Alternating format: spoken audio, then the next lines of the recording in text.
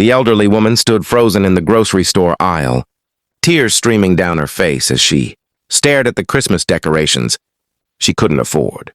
Two small voices suddenly broke through her pain. "Don't cry, ma'am. You can borrow our dad." She turned to find twin children, no older than 7, looking up at her with the most sincere eyes she'd ever seen. What happened next would change everything. She thought she knew about being alone in this world. If stories like this touch your heart, please subscribe to True Kindness Tales and hit that like button. We share real stories of compassion that remind us of the good that still exists. Drop a comment below and tell us about a time someone's kindness changed your day. Now let me tell you how this remarkable encounter unfolded. Margaret. Chen had been shopping at the same grocery store in Cedar Falls for 32 years. She knew every aisle, every corner, every spot where the sunlight came through the windows on winter afternoons. But lately, walking through those familiar doors felt like entering a place that belonged to someone else's life. At 73, she found herself completely alone for the first time in her adult life.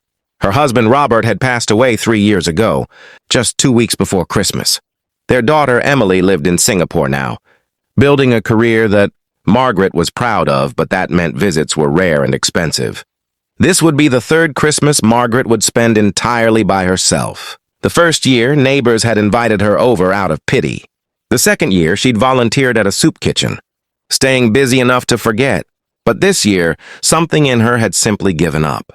She'd come to the store that December afternoon for the basics: bread, milk, eggs, things that would keep a person alive without requiring any joy in the preparation. But as she pushed her cart past the holiday display, something made her stop. There were boxes of ornaments on sale, the kind she and Robert used to buy every year to add to their collection. Little glass snowflakes and silver bells that caught the light just so. Margaret reached out and picked up one box, feeling the weight of it in her palm. Through the plastic window, she could see a delicate angel with golden wings. It cost $12. She had the money, of course. Her pension was modest but sufficient. What she didn't have was a reason. No tree stood in her living room. No grandchildren would come to hang ornaments and drink hot chocolate. No one would even see it. The thought hit her so hard that the box nearly slipped from her trembling fingers. That's when the tears came. Not gentle tears, but the kind that had been building up for months, maybe years. She stood there in aisle 7, crying in a way she hadn't allowed herself to cry since Robert's funeral. Other shoppers glanced at her and quickly looked away. That universal human impulse to give someone their private grief while pretending not to notice. Then she heard them. 2 young voices, slightly out of breath as if they'd been running. "Dad, that lady is really sad." Margaret tried to wipe her eyes, embarrassed, but the tears wouldn't stop. She felt a gentle hand on her shoulder and looked up to see a man in his mid-30s, wearing a worn jacket and a kind expression that reminded her somehow of Robert. "Ma'am, are you all right? Can we help you with something?" His voice was soft, genuinely concerned, not just performing politeness. Beside him stood 2 identical children, a boy and a girl, both with dark curly hair and eyes full of worry. Margaret tried to speak, but couldn't find the words. "How do you explain to strangers that you're crying over a Christmas ornament because it represents everything you've lost?" She shook her head and managed to whisper, "I'm fine, thank you. Just being silly." The little girl stepped closer, and that's when she said it. "Don't cry, ma'am. You can borrow our dad. He's really good at fixing things." "Are you broken?" The innocence of it, the pure, guileless kindness, made Margaret cry even harder. But now she was also laughing.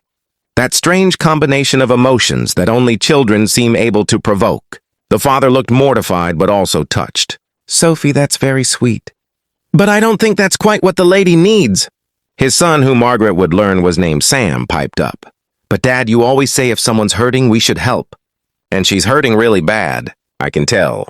The father introduced himself as David Walsh, a single dad raising the twins after his wife had left them 2 years ago. He didn't offer this information to gain sympathy, just as context, the way one stranger explains their situation to another. Margaret found herself telling them about Robert, about Emily in Singapore, about how Christmas had become something she dreaded instead of anticipated. David listened with full attention, not checking his phone or looking around distractedly. The twins held her hands, one on each side, as if they'd known her their whole lives. When she finished, David said something that surprised her. "Mrs. Chen, my kids and I were actually about to go cut down a Christmas tree. It's kind of our tradition. Would you like to come with us? We could use an extra pair of hands, and honestly, the twins would love it." Margaret's first instinct was to refuse. She didn't want charity. She didn't want to impose on this family's tradition. But Sophie squeezed her hand and said, "Please come. We never have enough people to sing Christmas carols in the car, and Dad sounds like a sick frog when he sings alone." So she went. She followed this family of strangers to a Christmas tree farm on the edge of town, where the air smelled like pine and wood smoke. She helped the twins pick out a tree, settling a debate between a tall Douglas fir and a rounder blue spruce. She drank hot apple cider from a paper cup that burned her fingers in the best way. And yes, she sang carols in the car, discovering that David's singing voice was indeed questionable but enthusiastic.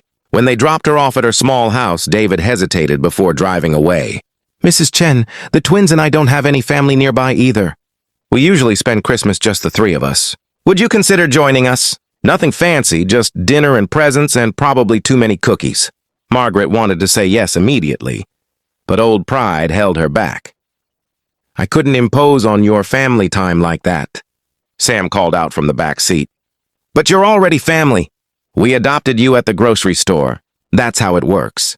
3 days later, Margaret found herself in David's modest living room, helping Sophie and Sam decorate that Douglas fir they'd chosen together. She'd brought the angel ornament, the one she'd been crying over in the store. When they placed it on top of the tree, the twins cheered like it was the greatest accomplishment in human history. Christmas morning, Margaret woke up in her own bed but got dressed with actual excitement for the first time in years. She'd baked cookies the night before, using Robert's mother's recipe that she thought she'd never make again. When she arrived at David's house, the twins ran to greet her, wearing matching pajamas covered in reindeer. They'd gotten her presents. Small things, clearly chosen with their own allowance money. A bookmark from Sam because she'd mentioned loving to read. A painted picture frame from Sophie with a photo of all four of them at the tree farm. David gave her a potted poinsettia and a card that simply said, "Thank you for sharing Christmas with us." But the real gift was the feeling of being needed, of being part of something again.